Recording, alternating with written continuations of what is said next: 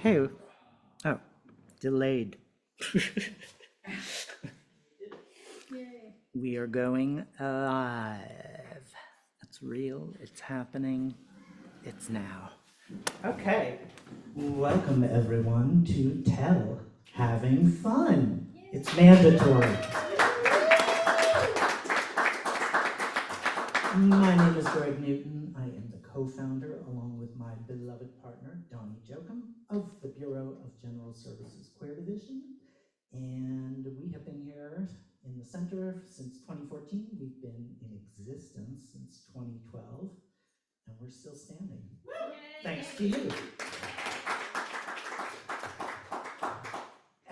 Our regular business hours are Wednesdays through Sundays from 1 to 7 p.m. And then we often stay open later when we have events such as this. And if you're not already on our email list, you can sign up for that at the back of the room, or if you're watching online, on our website at bgsqd.com. So as an all-volunteer bookstore, we are in the habit of asking for money. Donations and sales of all this wonderful material are how we keep this going. And at Tell, we split the money with the storytellers.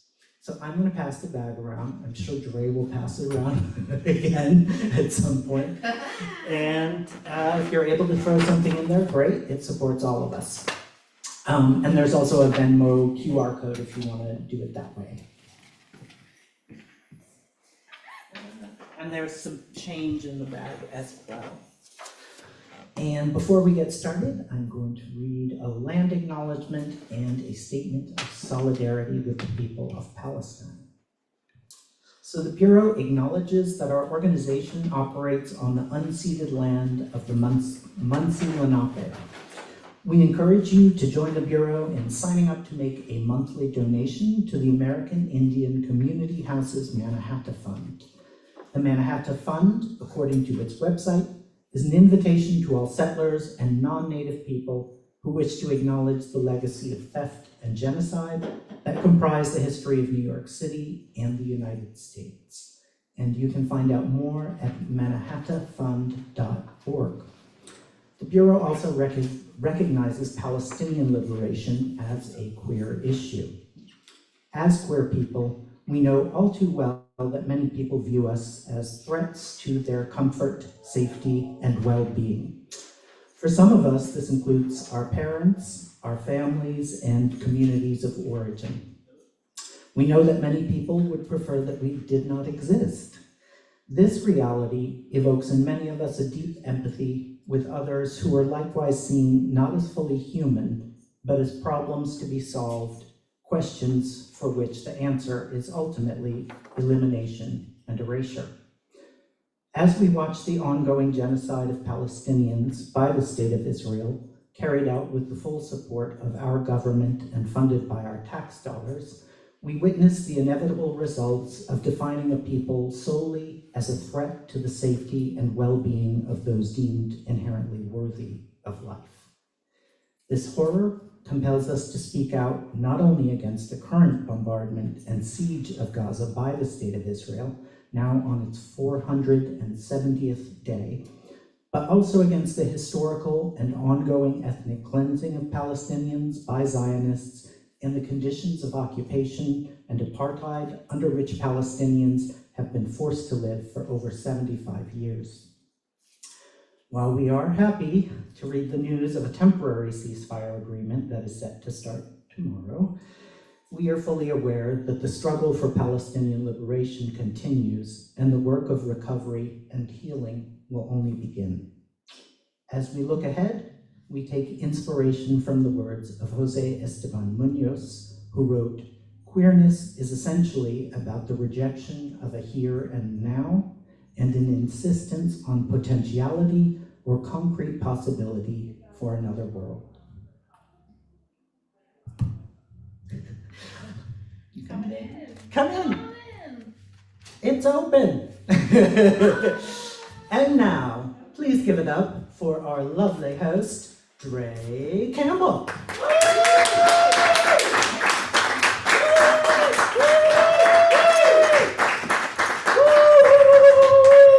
Hi, everybody.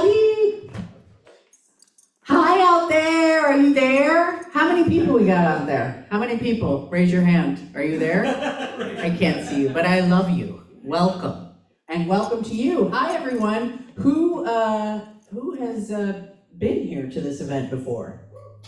Yay! Oh my goodness. Veterans, we love it. So every month we do a storytelling show with a beautiful lineup of beautiful queer folks telling stories on a different theme. And this month, the theme is having fun!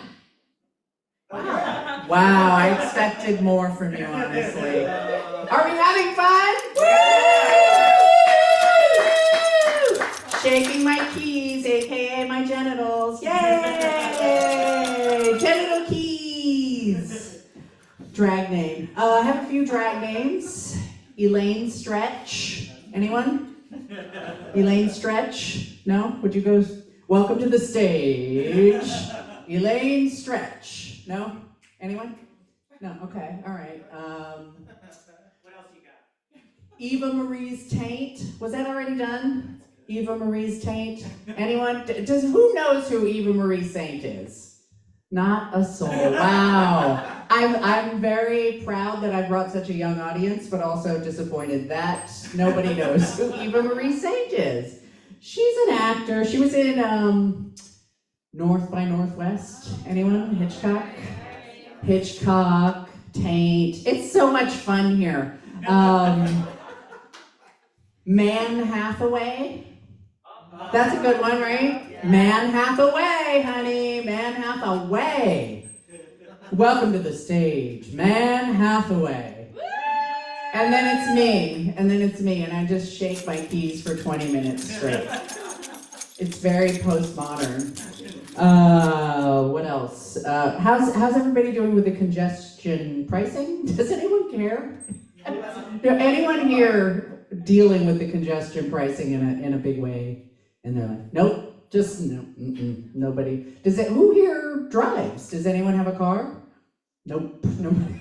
Real New Yorkers. We're dealing with congestion pricing here. Out there in TV land. TV land. There's like one half a person on there, like, what the fuck are they talking about? High five, people, I love you. The theme is having fun. My butt.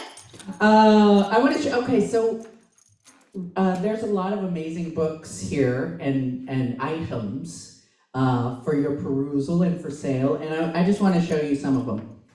Beyond the Gender Binary. Oh, look at that. Beyond the Gender. It's like a little cute book. This I'm very excited about.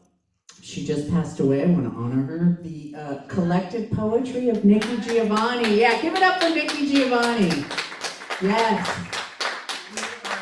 Oh, a note on this book. A note on Nikki. We're doing a tribute February 1st with the Publishing Triangle. February 1st, a tribute here at BGSQD for Nikki Giovanni. I love Nikki Giovanni. Wonderful, wonderful presence in the world, positive. And I have to admit, I didn't know that Nikki Giovanni was queer. I didn't know that. Did everyone already? Did you know that? I guess I like. No, she was pretty much in the closet for a while. She was. Okay, I wasn't sure. Okay, so. Nikki Giovanni. She's out. She finally came out, and we love that. And then there's these amazing, wonderful coloring books. This one is Transgender Heroes Coloring Book. Look at this. All the amazing. And then my favorite coloring book, Butch Lesbians of the 50s, 60s, and 70s. Look at that. They're real people in there that you can color. It's so fun. And then there's some books there's one I didn't know about that I just saw that I'm like, this is necessary. Black, Queer, and Untold. Are you familiar with this book? Do you know anything about it? Well, the subtitle is it's about graphic design. Oh, it's a new archive of designers, artists, and trailblazers. It's like, Dre, just read what it says on the book. That's how you find out. Oh, these are for reading. I thought it was a whole store of coloring books. This is a really good one. No. Lots of pictures. Lots of, well, I guess because they're designers, there's a lot of photos. What else is going on? How's everybody feeling? What's the vibe? What's the mood? Yes, good? Let's all take a breath. Does anyone have any friends out in Los Angeles? Yeah. Yeah, so you have some LA friends. How's everybody doing? The hours we know someone, longtime friend from Louisiana. They had to evacuate for one night. Okay, all right, yeah. They sent me a photo, and the hill above the apartment was on fire. Oh, yeah.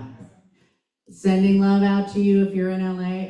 Like I'm talking to 1,000 people. You have any LA fans? We love you out there. There might be. I see you. Los Angeles.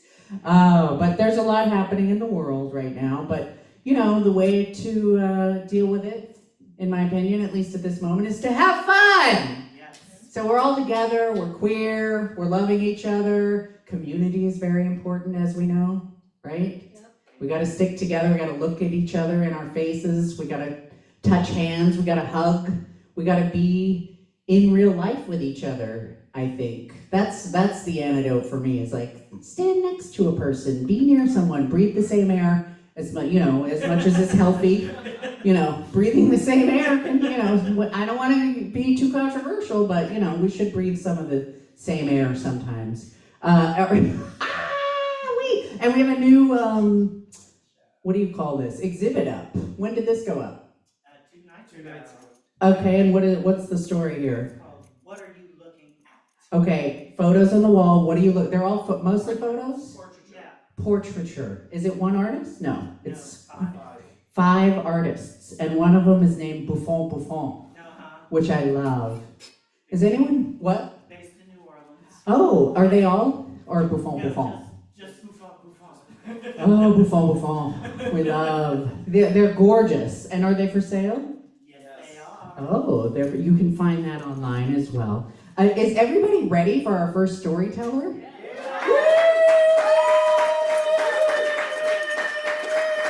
I'm ready. Okay, our first storyteller is a first-time storyteller at Tell. And I'm going to read a little bit about him. Give me a moment.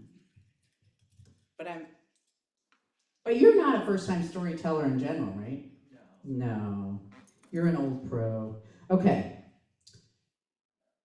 Folks, please. Okay. Frankie Vaughn is based in New York and making new work between here and Berlin. All right, Berlin, yes.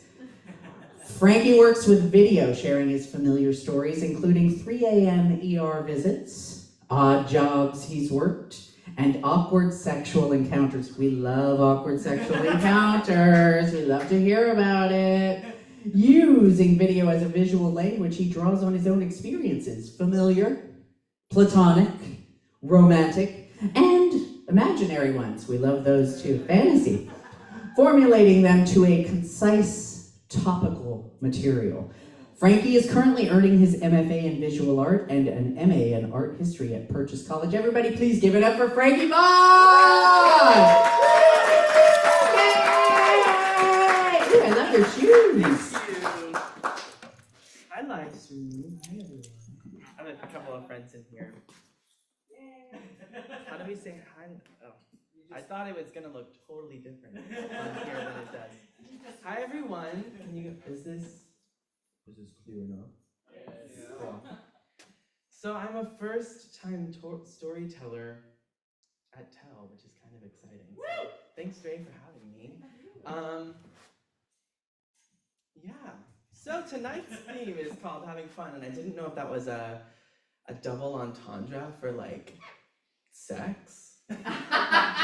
So I was thinking about telling you guys my heart is beating right now. I don't really talk in front of people anymore.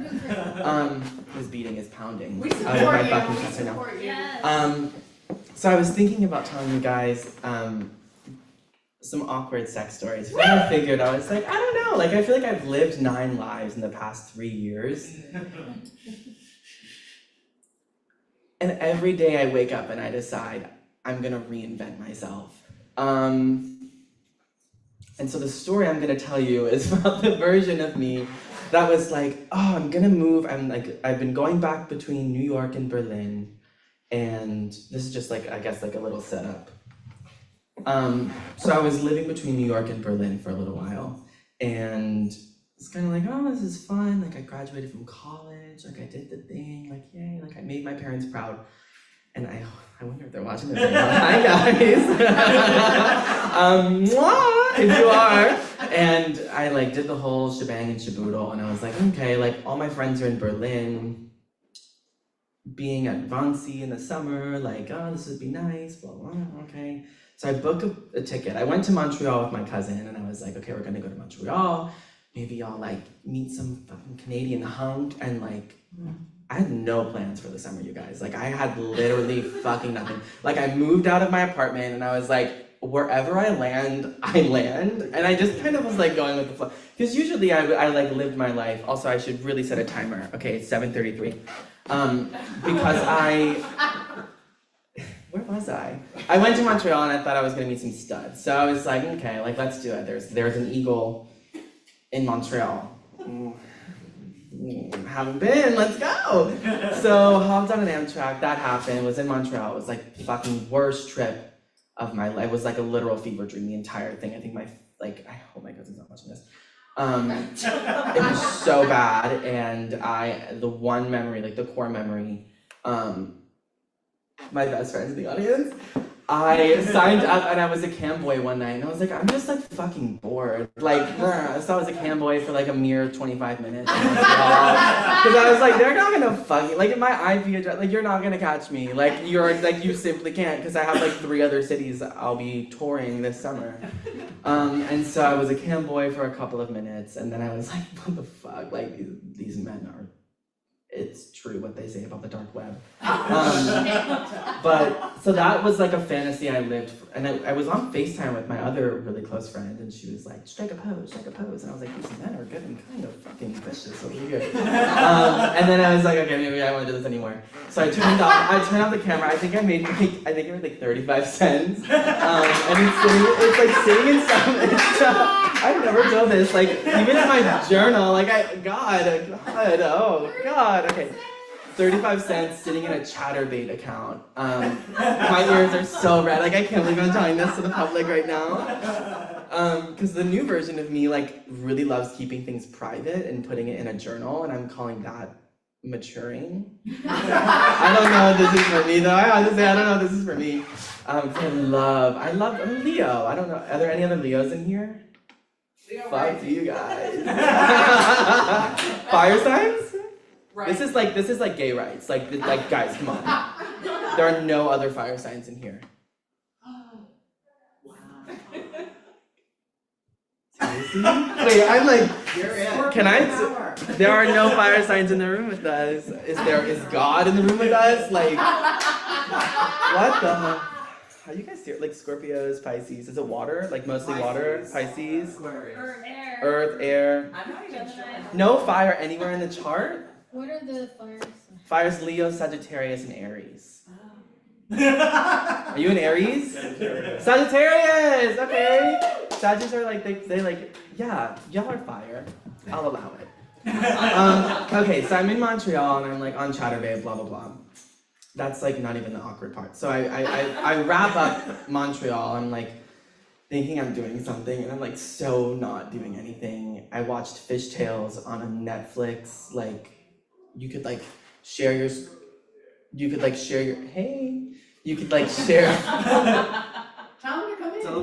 they're like all turned around. They're exploring the space. They'll find us again.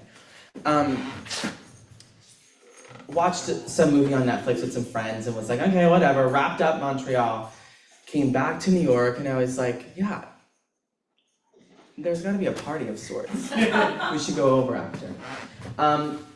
Came back to New York, was like, this is like, I have to go somewhere. So I bought a one-way flight to Berlin, and I was like, guys, I'm coming. And they were like, yeah, you're coming. When was my flight leaving? Was leaving 2 days later. So I'm kind of like texting some friends, and I'm really like, at least I feel this way. I could be delusional. I don't know. I feel like I've never been like the person that's like couch hopping or like crashing in your car. And like, it's so fine if you are. I just like, I never saw myself that like I was crashing on people's couches. And it wasn't even their couches, it was like fully like queen size beds and like bless them. My friends love them for sharing your linens with me. But so I was like living out of a suitcase this summer and I was like, this is fine, whatever. So I get off Amtrak, I'm at Penn Station, I'm like, okay, I've gotta go to the Bronx. So I get to the Bronx and my friend, I get there at like maybe like 11:30 midnight. Hey! This is my friend Alondra. Hey girl! So, Alondra, I'm telling the story of when right before I left, when I came back from Montreal. She missed one of the. Did you hear the? Yeah, I did. So you got that detail. Fuck, I'm in trouble. I'm not in trouble. I just like none of my clothes, like no one knows that, but now you guys do. So. Who wants to like split the 35 cents with me? I'll buy a soda. We can all have one sip of an espresso martini. So I'm in back to New York. I go to my friend who just walked in, Alondra, our really close friend. We're not actually really friends with her anymore, so I wonder if she's watching this. But we're not friends with her anymore. We went to her apartment at the time, and she's like, "Oh, don't worry." She has birds all over the apartment, and like parakeets, like birds. You know, like some people have pet birds. I have a poodle. So she had like 30. Nicole, how many birds do you think Nicole had, Alondra? Like she had to have like. 16? Thank you. She had 16 parakeets, and so I walk in and a blind dog and a couple of just a couple of pests, and so we walk into the apartment and I'm like, oh man, like this is cool. I had been to this apartment at least a dozen times, like it was like no other. However, it was midnight. And I just got off of like a 14-hour Amtrak and I'm like, I really want to shower. I can like fucking smell myself. Like this is wrong. I can't believe I did myself so wrong. Like, why didn't I make plans? Like my summer's gonna go to shit. And I'm like, no, it's not, because we're here and everything's gonna be fine. So took a shower, that mood changed. I'm at my friend's apartment, left that apartment, went to JFK, now I'm in Berlin. So now like fast forward, like, a couple of like really traumatizing days. I got in a fight with the guy at the bag check. He was like, you're 0.3 pounds over. I was like, shit, I get it. I literally, and this is bad of me. I have like, not quick temper. I just, Yeah. that's also my best friend, Julia. Okay, Leo. I don't know. Like sometimes I'm just like, what do you mean? Like, sorry, I just realized I'm wearing my work keys. Sorry, guys. I'm not like quick tempered, I don't think. I think I'm just kind of like, what do you mean? Like you're like that's how you think? Oh, okay. And so the guy at the back, I like looked at him dead in the eyes. I was like, I don't have $50 to pay. He was like, we gotta have $50 to pay. You gotta take something out of the suitcase. And I was like, can I like get on my knees? And he looked at me like, Oh my god. I was like, wrong time. I'm so sorry. Like, do you guys take cash or card? And he was like, okay. Turns out, so the whole time I'm in Berlin, it's like kind of like not really a shit show, but it's like sort of a shit show. And I was like, okay, like I think I have to go back to New York now because New York Pride had happened. I was away for maybe 3 weeks, and New York Pride had just happened, and then Christopher Street Day is gay pride that happens in Berlin, but it doesn't happen until the end of July. What the fuck am I gonna do for a month? Like, I have nothing going on here, you guys, and like it's great and all, but Europeans in summertime, they're nowhere to be found.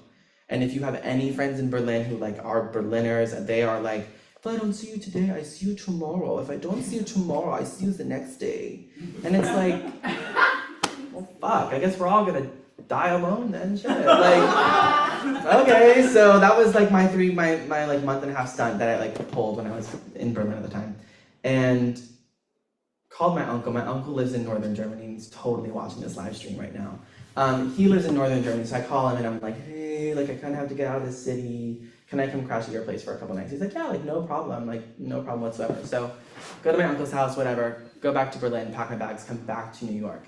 I don't even know why I'm telling you guys this story right now. I remember now, I still remember now. Okay, so I pulled my stunt, was in Berlin, and I was like, oh, this fucking sucks. Like, love my friends, like the people that I was with, like, it was great. I was just like filled with anxiety. I was like, I like really shouldn't be around anyone right now. Like I should be in the woods. So where the fuck did I go? I went to the woods. So I call my cousin. I have a lot of family, by the way, and they're mostly chosen. So it's kind of just like, oh, you're like a phone call away, whatever, fine. So I call my cousin. She's like my blood cousin, and I'm like, hey, Duba, I'm at the airport right now. I'm going back to New York. I was just wondering, like, out of curiosity, like, do you want to roommate this summer? She was like, honestly, yeah, Kiwi, this is the cousin that I went to Montreal with. So she's like, oh my God, of course. Like, wait, like, why are you coming home? I was like, I'm homesick. Like, I need, like, people. Like, no one here is a fucking person. Like, we're all just, like, raging, and I can't do this anymore. Like, I gotta go home. She was like, okay, fine. So where do I go? I go upstate New York. We're in like the capital region, upstate New York. If anyone's been there or you're from there, I'm so sorry. It is god awful. It's just so terrible. And like, that was such a dark time for me. But anyways, I am applying to jobs. I knew I was only going to be there until the end of the summer because I was like, oh, like I'm going to grad school. Like this is a real adult thing to do. Like, you graduated from college and now you go to grad school. Like that's what everyone told me to do. That's what all my profs told me to do. I'm still in grad school. Like it's like, and now I have like a fun blazer that I got from the vintage store. Like that's what you do in grad school, right? And so I'm doing a thing now because that's what everyone said to do. But anyways, I love it. Was upstate New York for the summer and I was like, God, how's my time going? Okay, we've got time. I applied to work everywhere under the sun. I'm like, we have time. We like probably don't have much time left, but like, I'm gonna go really, really quick. Applied everywhere to work under the sun because I knew being a camboy was like too scary and didn't want to do that again for 35 cents. I was living across the street from a farm at the time, so I was like, oh, like I've worked on a farm before. Like maybe I could like ask if they like. I didn't even want to make money. I was just kind of like, do you want help? Like, I'll husk all your corn. And they were kind of like, we don't really need your help. And so like applied to work at the gas station, like a mile and a half down the road. I was like, do you guys want help selling cigarettes? Like, I know a couple smokers. And they were like, no, like, we're good, we're full here. I was like, okay, cool, the fucking McDonald's next door. I'm like, you know what, like, I need to buy the bus ticket to go back to the city to figure out like where I'm gonna live. So I'm gonna need at least like $30. Like I could work at McDonald's for a couple days, it's so fine. So who the fuck, what do I do? Like I'm applying to all these jobs because no one's responding with my resume. They're all kind of like, I don't know. I don't think my resume is that bad, truth be told. I don't know, like maybe there was something wrong with it because no one was calling me back. So like I applied to McDonald's, but I took off that I went to college and I took off like the few retail jobs that I've had. And I was just kind of like, I taught myself Adobe from YouTube. I dropped out of college and they were like, oh, okay. You want a job? I was like, yeah, I want a fucking job. I want a fucking job. I want to buy this fucking bus ticket to get me out of this fucking town. So I worked at McDonald's and like, I like so come from like a working class. I was talking about this with Dre. I like come from a working class family. Like working has always meant that like you can like succeed and like do something bigger with yourself. And my mom has always told me that like, if you save your money, like you're saving time. Like money is like the same, almost equivalent to like value of time. And so I'm like, okay, I'm just gonna work at McDonald's for these 3 weeks, put my fucking head down, everything's gonna be fine. My cousin's an esthetician, so she gave me a lash lift. She gave me a lash lift. I know my best friends in here are like, bitch, yeah, we fucking know your lash lift because Instagram saw it like that day. So I had like wispy, like twiggy lashes.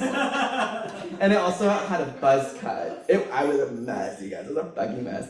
The buzz cut like wasn't because I was a mess. The buzz cut was like because I thought it looked good. Sure.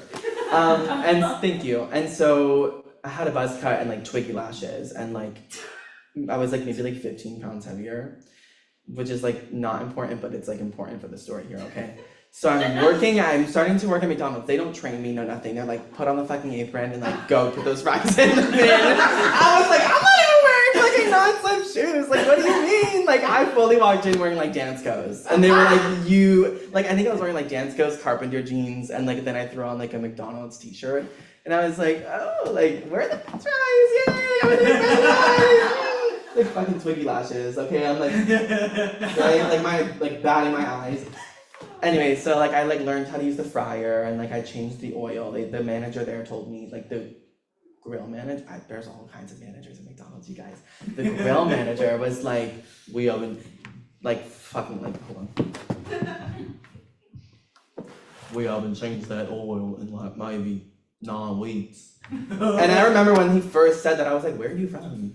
Thinking like, we're in the capital region. Like, where are you from? Like, and he was like, oh, I moved from Louisiana. I was like, oh, okay, makes sense. Like, makes so much sense. He's like, yeah, my wife died. And I was like, this is kind of crazy. Like, this is, like, I've been here for maybe 8 minutes. Like, it's fully, like, it's like 5:58 in the fucking morning. Like, what's going on? And so, like, push comes to shove, I think, like, my favorite part, because this is all about having fun. And so I also wrote my undergraduate's thesis on gay cruising, because I was like, oh, like, yeah, like, write things about that you're interested in. So I like fully theorized it, and like it was so much fun, and like the project ended up like being blown up in Times Square as an ad. If anyone knows Times Square Red, I think it's Times Square Red, Times Square Blue. Yeah. A lot of footnotes from that, and push comes to shove, and I'm working at McDonald's, and I'm like, y'all have never met a gay person before. Like, this shit's crazy. And like for me being the first one, like queer person that you guys have met, like buzz cut, twiggy lashes, I started to put on the accent. And so they were asking me, where are you from? And I was like, oh, like I'm from like northwestern Germany. Also, is anyone here German? Cool.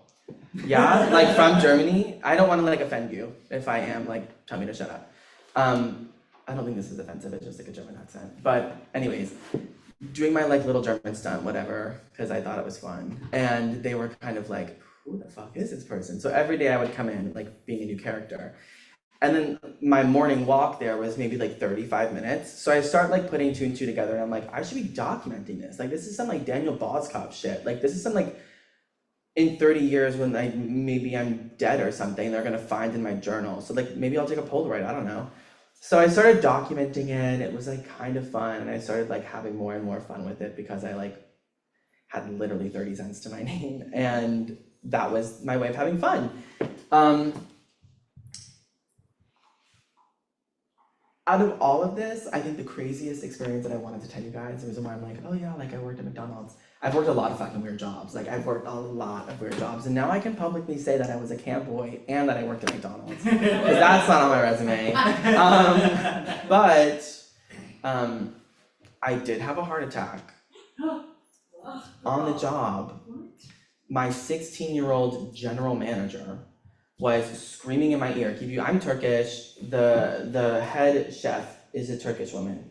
And I really don't like speaking Turkish because I fear that my accent is like not up to par. Like my family makes, like I have some relatives that make fun of me because I don't have like the accent that my family has in Southwest Turkey. I have more of like the Istanbul accent, and they're like, oh, we're not offensive, yeah. And so it's like one of those things.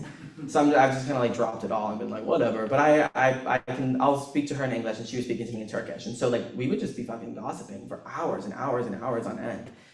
And one day she's like, this one afternoon, it was like maybe like 1:30, 2 o'clock. Like my shift was about to be over. I had gone in at 5 a.m. You know, like I was fucking tired. Walked in a mile and a half. Perfect. I forgot that there were fries. Okay, I forgot there were fries in the fryer. And I'm like also manning the drinks, and I'm also managing like the front counter, and then I'm also like making sure that everyone when they come up to the window like has their food, has their drink. Like, are you feeling okay to like have a happy day? Have a fucking happy day. And I was like, have a great fucking day. And like she's like, I didn't get my food, and I just fucking slammed the window, and I'm like, I'm gonna lose it right now. Like I was doing this to have fun, you guys. Like I was doing this because in my mind, I was writing it off that like I could buy the bus ticket to go back to school, whatever. So my heart's like fucking palpitating at this point, and I'm like I'm like starting to foam at the fucking mouth, like falling backwards. And I have a 16-year-old like yelling in my ear, being like, "This is why," and she said some really harsh fucking shit. And then I realized, I'm like, well, I did like lie to you, and like I did tell you I was a German citizen, that like I'm staying at my family's vacation house up here. Like I really didn't want anyone to know about me because I was just like, y'all are fucking like Looney Tunes, like this shit is crazy. Long story short, I had a heart attack. this boy tried to kiss me, and I say boy, I mean like 37-year-old man with 3 kids tried to kiss me in the freezer. So I locked him in the freezer. And then I was like, oh my god, I think Robert's locked in the freezer. I was like, oh! And they were like, Robert's locked in the freezer? Like he totally was like bless his heart. He was the frying manager. Yeah. He was I'm laughing because I can just hear me like, and he really was like locked. Anyways, all of this is to say, having fun. So if anyone has ever any interest in picking up a new hobby, a new sport, a new job, I highly recommend it. Thank you.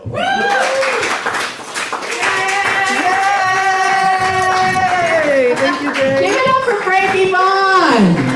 Frankie! I have so many questions. Also, Frank, if you want to contribute out there in TV land, it's at BGSQD on Venmo, right? That was amazing. Give it up again. Yeah! Which paid more, McDonald's or Chatterbait? So I actually 35 cents we're talking 35 about. cents, yeah. I made enough for a bus ticket and like a week's worth of groceries. Okay, so you just had no money and needed to make some just to, Yeah. and so that story went from New York to Berlin, Montreal. to Montreal, to Berlin, Then back to New York. back to New York, then to the capital region, Yeah. and then you came back to New York. Where are you from? Long Island. Oh, Yeah. Long Island! How long were you in Berlin? I was there for maybe like 6 weeks. Oh, did you like it? No, I love it. I've been going back and forth since 3 years ago. Oh, okay. I went to Berlin just for a weekend. I went to Amsterdam and then I took the train to check Berlin out because I'd never been and I wanted to check it out. It's great. It's wonderful. It's very queer friendly. But I think somebody may have drugged my drink when I was there. It was mild, whatever it was, but and I don't even drink alcohol. I was like, let me just go to a queer bar and drink some soda and try and meet some people. And all of a sudden I was like, whoa. And thankfully some fabulous dykes took me in a car and dropped me at I was staying at an Airbnb there. But it wasn't like I was like completely, but I was like, something is weird and off. But otherwise it was amazing. Other than that, totally amazing. Woo! Yeah. All right. Are we ready for our next storyteller? Yay! You've done this show like 3 times, right? Yeah. And it's been a while. It has been. It's been a while. By the way, I've been doing Tell. Next month it'll be 12 years. 12 years. That's right. Yeah. I'm gonna read a little bit about our next storyteller, just to let you know what you're in for here. It's very exciting. All right, I'll just read what they wrote. Noye Brown West is a New York-based Nigerian-American comedian and writer. She's been featured in the Boston Globe's Rise column as a comic to watch. That's right. As well as in NPR, PBS, Amazon Prime, Sway in the Morning, and the New York Comedy Festival. Everybody give it up for Noye Brown West! Woo!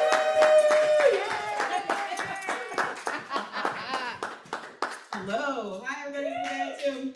Oh my God. Nice to see you all. Wait. Okay. Can I ask questions about the last story? Yeah. Bro, I just have some questions. I have questions about the last story. Okay. I got confused. Someone tried to make out with you while you were having a heart attack? No, so those are 2 separate occasions. Okay. However, was just getting I was like, what the hell? They did, however, they were like, do you need an ambulance? And I was like, I got burgers to fry.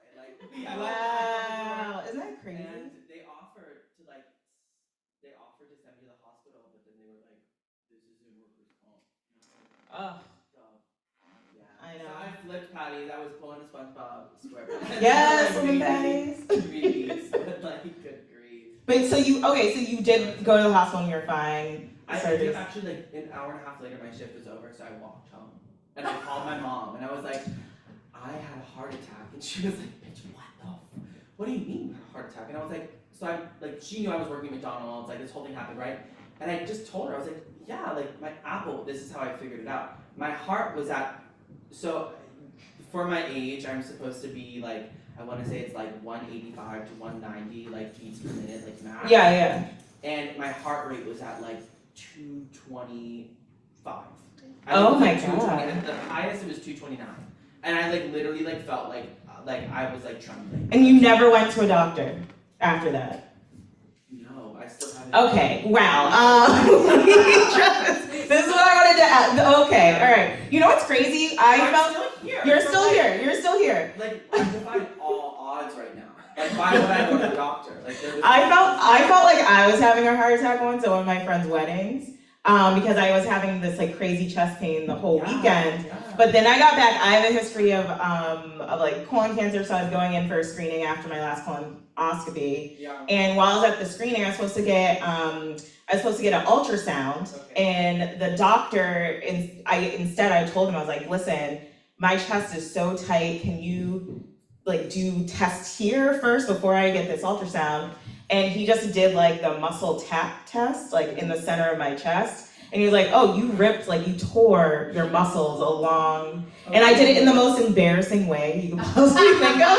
So I do drive. I love driving. I was like a truck driver even in college, like college job. I love to drive. But I hadn't driven in like 6 months. And I rented an SUV to go to this wedding. And it was a 6-hour drive. 5 hours into the drive, that's when the pain started. So literally, I just hadn't worked the muscles you need to drive a car. And I ripped, I tore. Isn't that, yes, laziness. That's laziness on driveway. Because like, how am I not moving these every day, you know? That's just doing the dishes. How am I not, like, that's just cleaning the house, and I just wasn't doing any of that. That's wild. Wow, okay. Well, I'm glad you're okay. I just had those follow-up questions. Okay, oh my God. I was so scared for a second. I thought someone had like kissed you when you were passed out, and I was like, that's not good. No, that's sick. Yeah, that'd be terrible. Okay, so I'm gonna bring it back to fun. To fun, yes. Okay. So, towards the end of college, I feel like we all go through this. When you're done with school, undergrad, you're thinking about grad school, and you're still living in the area that your school is in, right? Because you're applying to jobs, you're trying to figure out what you're doing. I went to UMass. I started a little bit of grad school while I was at UMass Amherst, and I was working for the housing department in 3 different departments because I just thought it was so fascinating. The housing department there has about 5 different departments. I was working for 3 of them. 2 of them were loaded. 1 of them was so poor. It was fascinating. I just was learning so much about the school. And I just was feeling very boring all of a sudden. When I transferred to UMass, what would have been my junior year, but not my credits transferred, very boring stuff. I had transferred from a school that was a lot more fun. I was in the city, I was in New York, I was going to Seton Hall University. That was a more fun situation, right? More money, people that just, I think, understood the type of fun I liked in New Jersey and New York, right? I like a big city. All of a sudden, I was just thrust into the middle of nowhere. I almost said my own name. Middle of nowhere. I was alone with my own thoughts. I pretty much was. But just the middle of nowhere, country, farmland. The students swore up and down it was such a good time, but it was boring. And it was not diverse. And I hated it, okay? I hadn't found my family yet, right? Because, queer people, we find our family. And by the time this story takes place, I found my family, it was fine. Yeah, but we were all busy, right? They were towards the end of grad school, which I would have been if I had transferred. I was at the beginning of it if I decided to stay. And I was living even further away from campus in this place called Belchertown. I don't know if anyone, are you guys familiar? Okay, there's like 5 colleges out there that people, our queer community usually knows, like Smith, Hampshire, Amherst College and then UMass Amherst and, oh God, the one with the W. Not Wesley, no. William? Is it W? Oh my God, I feel terrible. Is it holy? Did you say holy? I said Holyoke. There's another one where, and it's literally like the lesbian school, so I feel terrible. I'm sorry I'm forgetting you guys. Smith, well, I said Smith, there's another one. It's like Mount something, but it's not Mount Holyoke. Anyway, we could be here all night, me trying to, because my memory is gone. I don't have one anymore. I've forgotten half my life due to trauma, so we're just not gonna try and figure that out. So I was just trying to have fun still at this weird time of your life where everybody's busy, right? We're all busy, we're just trying to make money and be adults and transition out of school. But I was living in this place that was so far away. It was gorgeous. It had floor to ceiling windows and it was really nice. I was living with people that I didn't really get along with that well, but I met them through friends. I actually met the guy that I was living with on a date. I wasn't on a date with him, I was on a date with his friend. And his friend got so nervous during the date that he took OCs and I had to drag him down his driveway to get him back into his apartment at the end of the date. And that was, it turns out, my first apartment viewing for my next place that I was gonna be living. And we kept in touch after that. He's doing okay. It was wild. I was just living in this place so far away and I just wanted to have community again. So I decided 420 was coming up, I'm gonna throw a party. And this year, 420 was also coinciding with Easter. And I was like, I grew up super religious. I no longer am religious. Let's be sacrilegious, okay? So I went to Michael's Crafts, shout out. If anyone from Michael's is listening, I'm a big fan. Went to Michael's Crafts. I got some glow-in-the-dark paint. I got some canvas. I used to sew, so I had like a ton of just fabric that I just started painting on. I invited everybody on Facebook. That's all I'm gonna do. Everybody on Facebook. I was like, come to my party. Not thinking a lot of people would come. I invited people from my work at the university. Also a job that I had randomly at Buffalo Wild Wings too. I invited people from the trucking company. I invited everybody, okay? So the night of the party comes, the first person there is my ex. I was like, sure, fine, come in. You can come in too. And then the party starts to get bigger and bigger and bigger, and it was a lot of fun.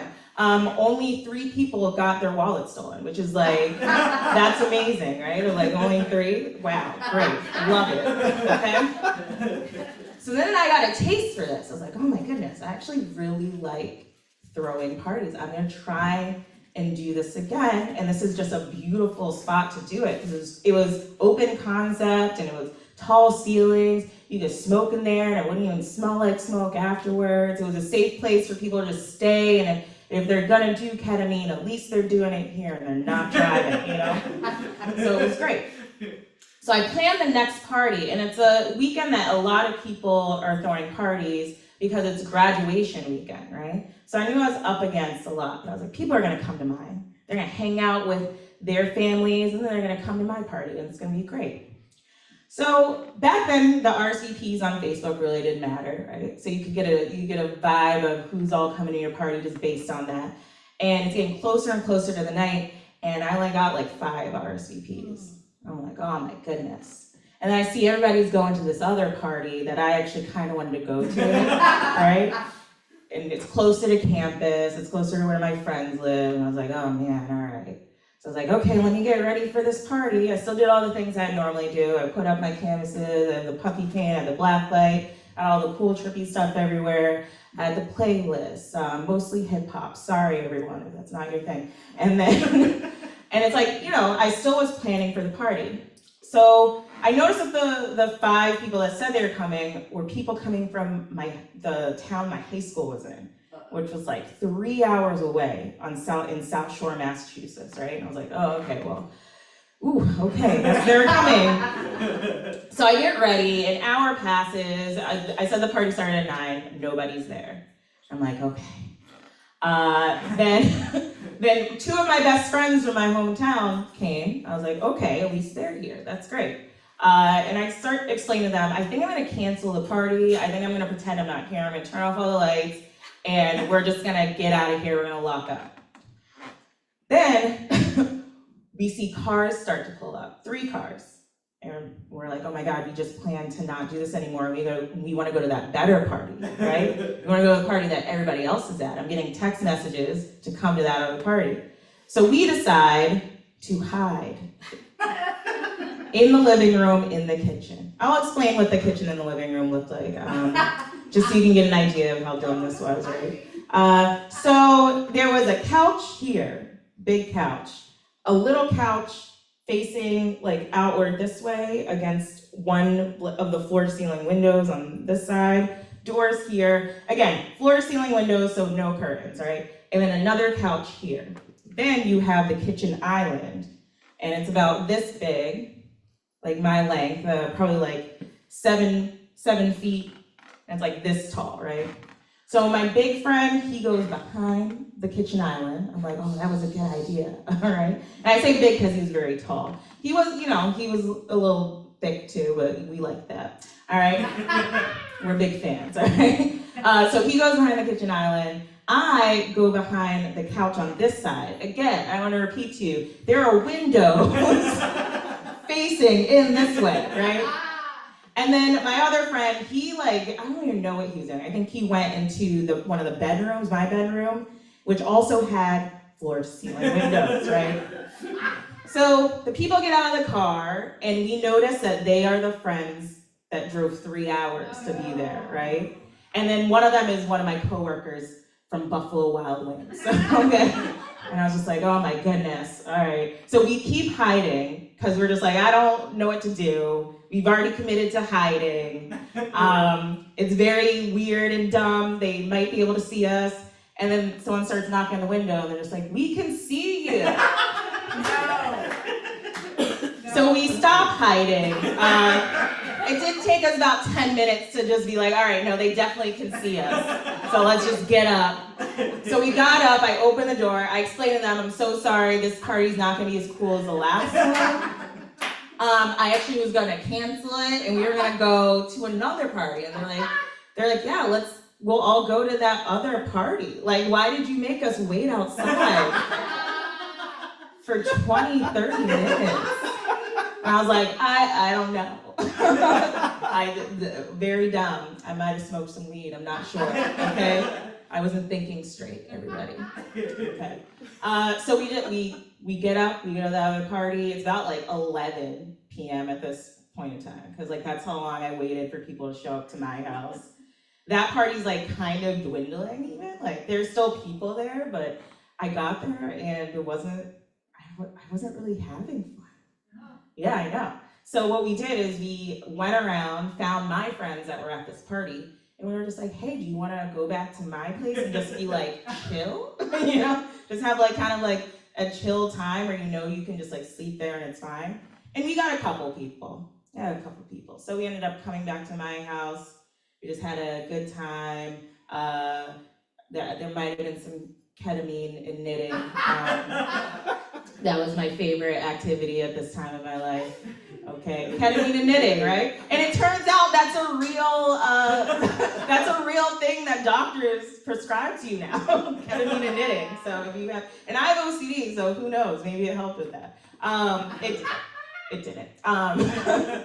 But okay, so we get back there. We just kind of hang out. We talked to each other. It was a good time. I feel at the end of the night, which was really just morning, I think everybody felt like they had fun, right? So, all right, bye everyone.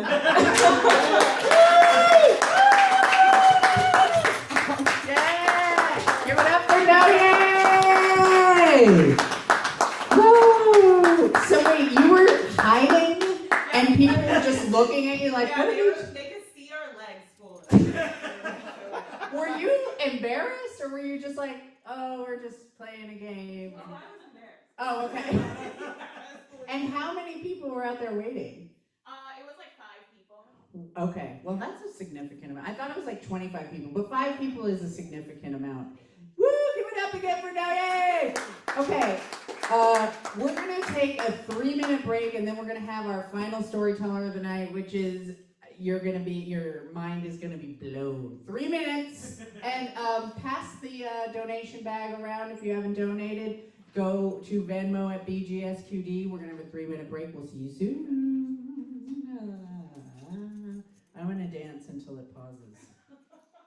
This is just for you, We're just pausing. whoever Sound. you are. Did you mute it? No, I didn't. Hey. There's no music playing, I'm just dancing.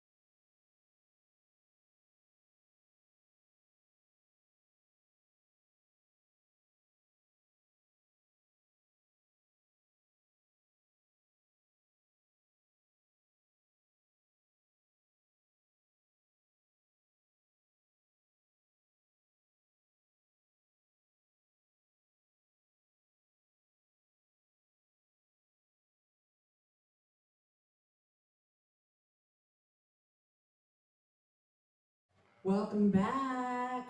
Hi out there. Hey, this is Greg. I'm Dre. How's it going? Greg. Greg and Donnie run what I call a pop and pop shop. Beautiful queer bookstore event space. It's beautiful here. Oh, should I turn around so they can see? Can I do this, or is it everything's gonna fall apart? Say hi, audience.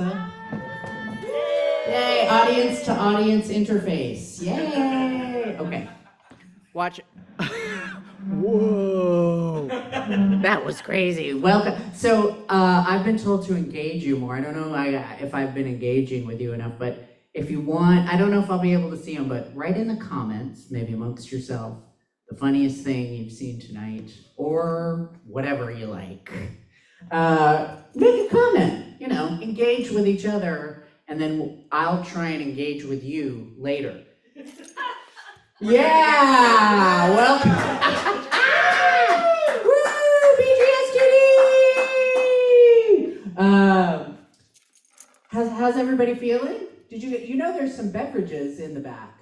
They're delicious. This is a non-alcoholic poppy. Poppy? Is that what it's called? Soda. It's very tasty. They call it soda pop. Some people call it pop. Who calls it pop? Who calls it soda?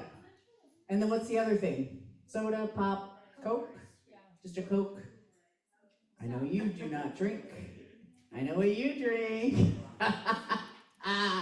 Okay. All right. Are we ready for our final wonderful, amazing storyteller of the night? Yeah! Very excited to be bringing our story. Kelly, this is the second time you've done this show, I think, right? Kelly, there's so much to say about Kelly. I'll just let Kelly speak for themselves, really. But Kelly's a wonderful, amazing, brilliant, storied storyteller. All right, I'm going to read a little bit about them in just a moment. Okay.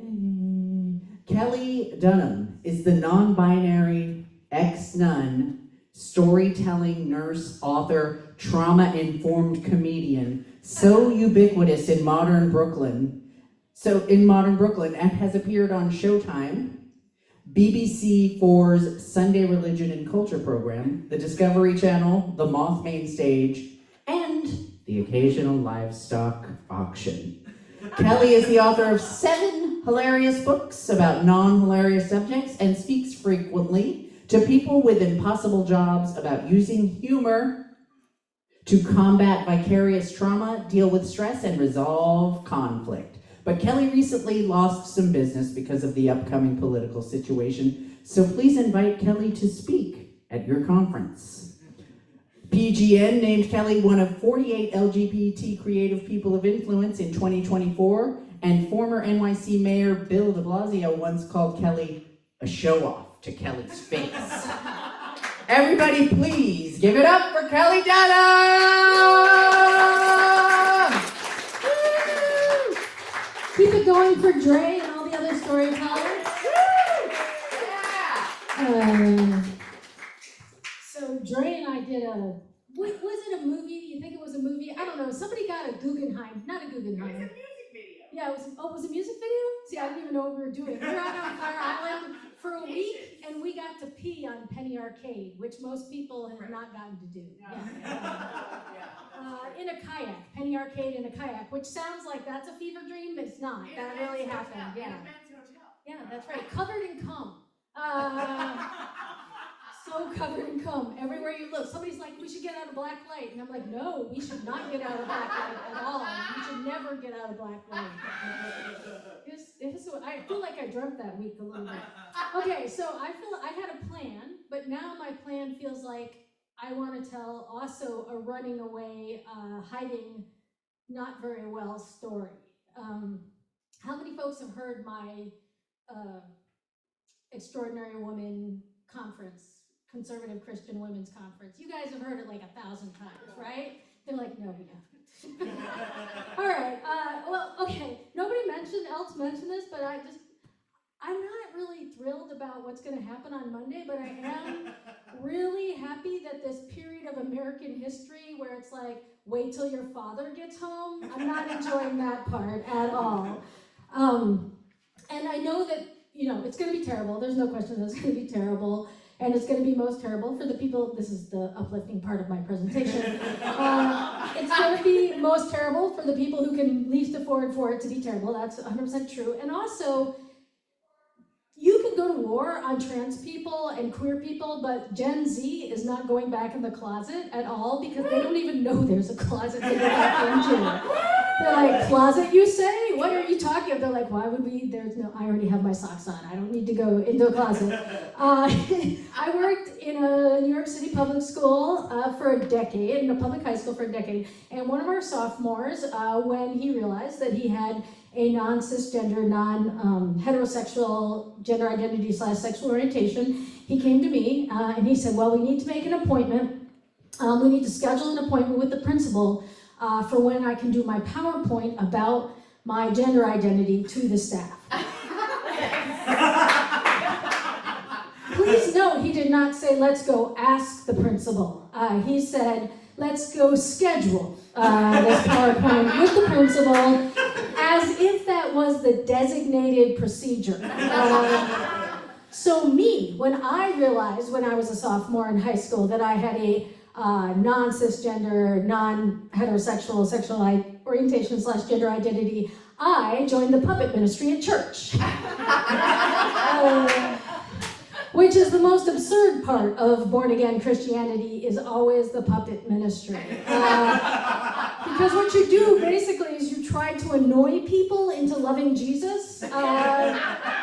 So an important part of puppet ministry is you have to learn that you only go like that. You don't go like that, because otherwise the puppets are going like that when they're singing like Jesus love, right? And the second most important part of puppet ministry is the puppets can sing and they can, that's kind of what they can do. But the most important thing that puppets can't do is they can't accept Jesus Christ as their personal savior, because puppets don't have souls. That is what we were told. Are you guys traumatized? Did puppets do something bad to y'all? I'm so sorry. Yeah, exactly. So, all right. So about a decade ago, I got this idea. So I grew up in a I always say a small town in Wisconsin, but it wasn't even a town. Going to town was like, it was 5 miles away and there were 200 people. So I grew up in where there was not a town in Wisconsin. And there were, I had a gym teacher, there were queer people there, right? But nobody knew that they were there. And so I got this idea that I would do a comedy tour through the rural South, completely to tell people about that, queer people are everywhere. And I would do it completely on the megabus. Have you all taken the megabus? Yeah, such a bad idea. I don't die in this story. I guess none of the other storytellers actually died in their stories. I guess you don't think that I died in my story at all. Also, I have to say, as a nurse, definitely the ketamine and the heart attacks have given me a little agita too, I have to say. All right, so before I even left, I got some amazing hate mail. Do you want to hear about the hate mail? Yeah, sure, please. You already told us about puppets, so obviously you want to hear about hate mail too. So I was going to do a show in Nashville, and so I just put up a Craigslist ad. It was a long time ago, and it just said LGBT and need to laugh, and then I told them where the show was. And so this guy writes to me, and he says, he just replies to it and says, LGBT and need to laugh. I hate LGBT. Stay away from Nashville, Tennessee. And then he signed it Paul J. Mitchell. He signed his complete name to his hate email. So I wrote back to him, and I said, Dear Mr. Mitchell, I'm so sorry to hear you hate queers. I get what you're saying because I hate Brussels sprouts. But I have found that if I avoid Brussels sprouts myself, instead of insisting that Brussels sprouts should avoid me, I find that this saves me a lot of time on email. A lot of Kelly the comic. And he wrote back, and he said, the last thing I need is LGBT love. So I friended him on Facebook.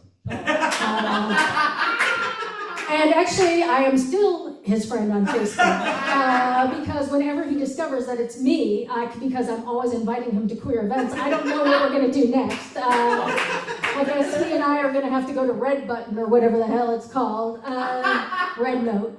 I just changed my name and like come up with a new alter ego and start a new, it's really time consuming. Anyway, so my first stop on the Megabus was I performed in Atlanta, Georgia, and I performed in a bookstore, which is a great place to do stand-up comedy at 3 p.m. On a Sunday. So that was super amazing. And so I am not fabulous. You may have noticed I'm not fabulous. I am seeing my pants in sideways, and you can try on your clothes before you buy them, but why? Why would you try on your clothes before you buy them? So I am not fabulous, but when I perform for gay men especially, I like them to know that I am fabulous adjacent, right? Like that I am at least trying.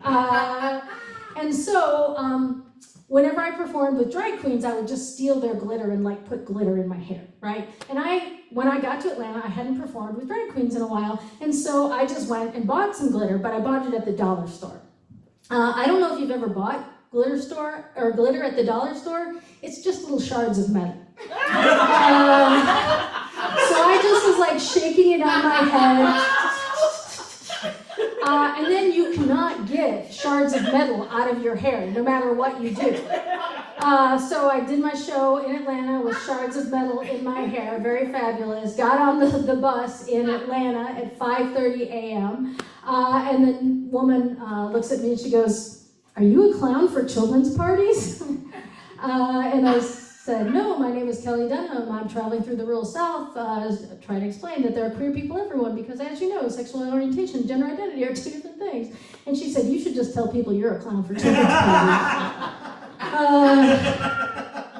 So my next stop on the Bad Idea tour of the southern states was Birmingham, Alabama. And I performed at a gay bar in Birmingham, Alabama. I bet you didn't even know there was a gay bar in Birmingham, Alabama. And the guy who owned the gay bar said there is no better place to be a gay person than Birmingham, Alabama. Like, not the Castro, 1974, wasn't there? So I performed there, and then he very sweetly drove me to Mobile, Alabama, where I was going to get the next Megabus. Now, the Megabus stop in Mobile, Alabama was in a check cashing parking lot, and I was going to get the bus at 2 a.m. So this very nice man who owned a gay bar in Birmingham, Alabama is like looking at me, and I can tell he's a little bit uncomfortable about leaving me in a parking lot, a Mobile, Alabama check cashing parking lot at 2 a.m., right? So he said something to me that was not said to me before or ever since. He said, "Do you want to borrow like my gun or something?"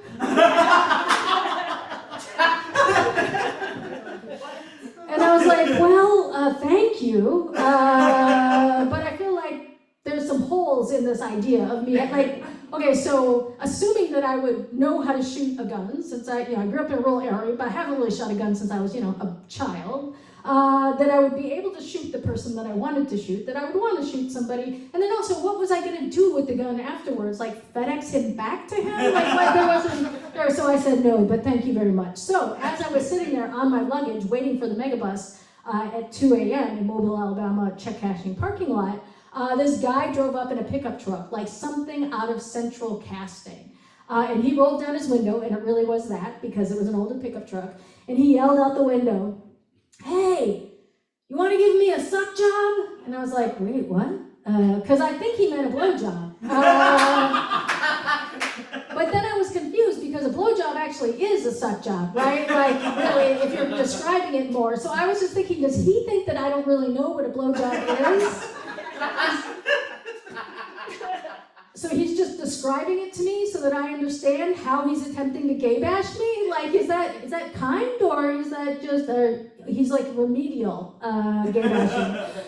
So I said the only thing I could think of to say, which is, "Oh, I'm not actually very good at that on flesh and blood penises." And then he was as confused as I was, so he just rolled up the window and drove away.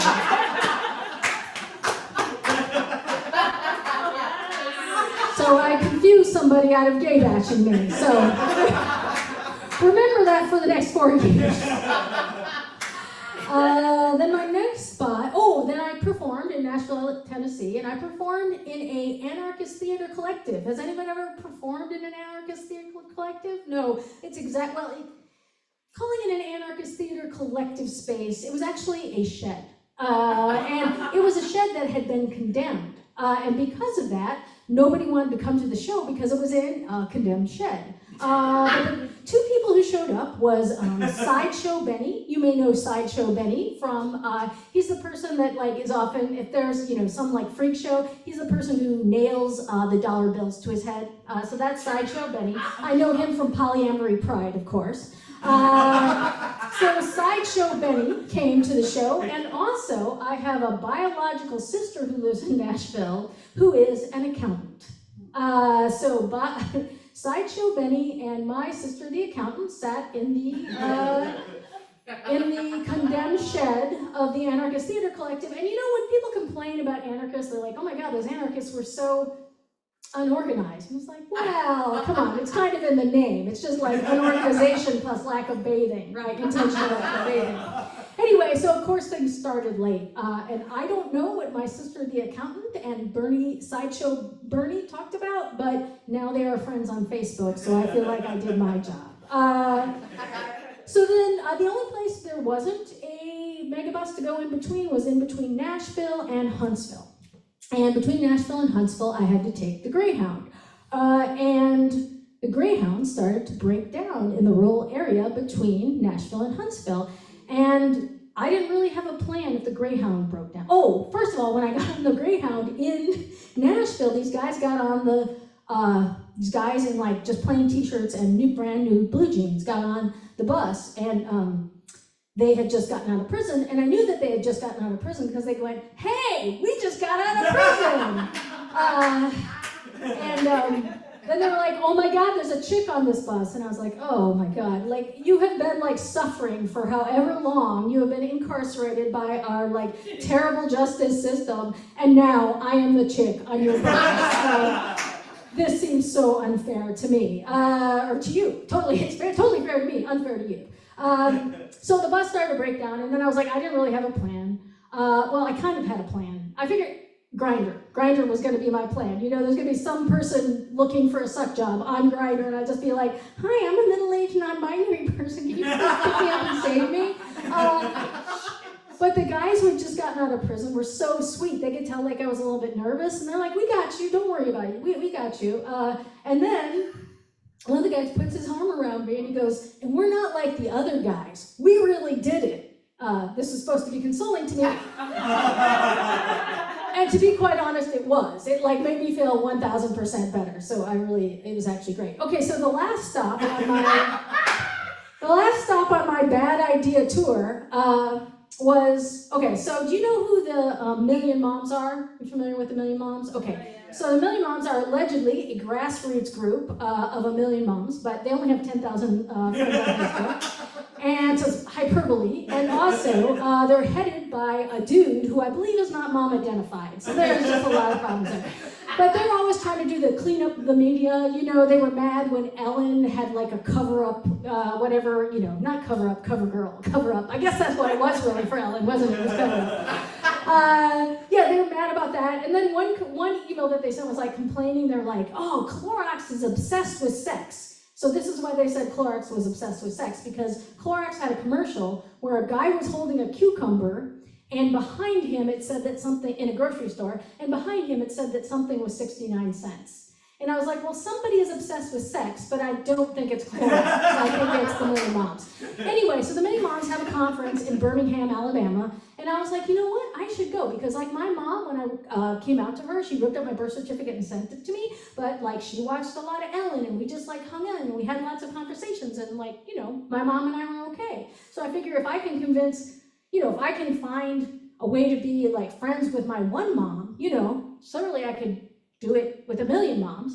And my friend pointed out there's a math problem, one mom, 10 years, a million moms in only a weekend, but I'm not saying my logic was flawless. But anyway, so before the conference, I thought well, how can I really get to have good conversations? So I signed up to be a volunteer. So I started an email just for the situation, kellysue@yahoo.com. My actual name is Kelly Sue because if you go far enough in the Midwest, you're in the South. And I asked my friend, I was like, do you think that's too much? And she's like, no, that's just enough. So anyway, so I was talking on the phone with Heather, the world's most enthusiastic volunteer coordinator, and she was like, well, Kelly Sue, I just love your bright energy and just your spirit, and I think I have a job for you. I think I have a volunteer job for you. You could be the greeter at the Million Moms Conference. How would that be?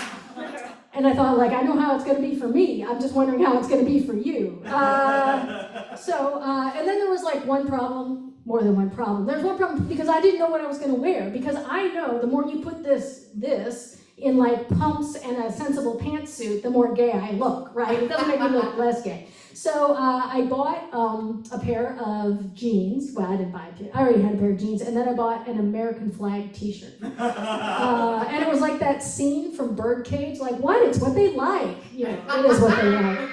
So I showed up looking exactly like this, but with an American flag t-shirt at the Million Moms Conference, and then met Heather, the volunteer coordinator, and she took one look at me, and she was like, and then she decided maybe I shouldn't be the greeter at the Million Moms Conference. But she had another job for me, and that is I could sell the merch of the keynote speaker at the Million Moms Conference. You know, in the 2010s, you know who the keynote speaker was for the Million Moms Conference? Sarah Palin. So I was going to have to spend like 24 hours selling her $29.95 hardback, and somehow that was something, it was just too much, right? That was like the line. So I did what any mature adult would do, which is I ran and hid behind a potted plant. Except for it wasn't really hiding because the potted plant was very small, and at that point I was very large, so it was more like just like this. And I don't know if you've ever hidden behind a potted plant at a conservative Christian women's conference, but it gives you a lot of time to think about your life. And it seemed to me perhaps it was not going well. So I decided, luckily had bought a regular ticket, so I didn't have to volunteer. So I just went, and I just had conversations with people, and when they, one woman was like, asked me for my testimony, and I was like, oh, my name is Kelly Dunham, I'm a queer stand-up comic traveling through the rural South, blah, blah, blah. Sexual orientation and gender identity are two different things. And she said, so you're looking for Jesus then? And I was like, yeah, more or less. That's why we're just all looking for Jesus. So the very last thing on my Bad Idea tour of the Southern States was the keynote speech from Sarah Palin. And because I was just there by myself, there was a seat right up front. So it was like me that close to Sarah Palin. And so I'm watching her, and she gets up and starts talking her stuff about pit bulls with, who play hockey or putting lipstick on the pit bull. I don't know, but all the stuff that the banana stuff that she's talking, and she's talking and she's talking and she's talking, and I'm just like 5 feet away from her, and I'm looking at her and I'm like, oh my God, why is she so hot? Why is Sarah Palin so hot? And then I was like, you don't want that in your, wait till, if you don't like that, you'll really hate this. And then I was like, I don't really believe in conversion therapy, but I just feel like if I could fist Sarah Palin, and you know what, it wouldn't have to be a full fist. It could have been like just 3 or 4 fingers. I feel like it would have changed both our lives, right? So then she ended with, talking completely in sports analogies, and then we were like kind of doing a call and response, but I had no idea what she was talking about because I don't speak fluent Southern sports. And I just kind of sat in my seat and I was like, well, I don't know if this whole thing were a success, but I did find out that it's perhaps possible that Sarah Palin is actually a better butch than I am. So, thank you.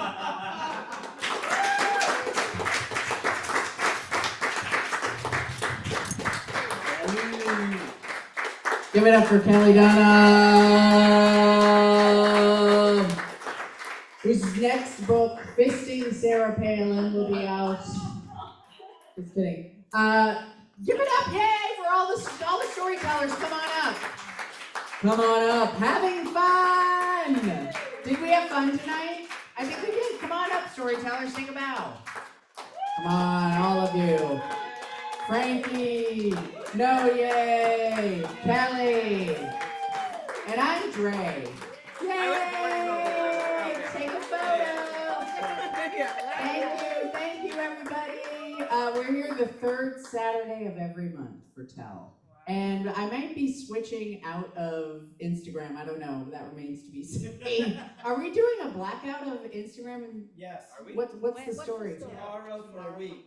Tomorrow, starting for a week, either you leave Log off. all the meta, Log off all meta. log off all meta For 7 days. for 7 days or forever, whatever you want to do. I've never But done that. let's do it. Yeah, all right. Let's knock it off. Yay! Thank you, everybody. Woo! Cut off meta. I need you all to get Oh, together. get together. This is Looking my at the bad camera, side. ready? Oh, God. Yeah, that's right. Pose, strike a pose. Yes. There you go. Exactly. Here, one more. One more. Ready? That's it. Oh my god, that fucking rocked. Ah, yay, thank Jonathan, you. you're so funny. Give some more money if you need to or if you want to.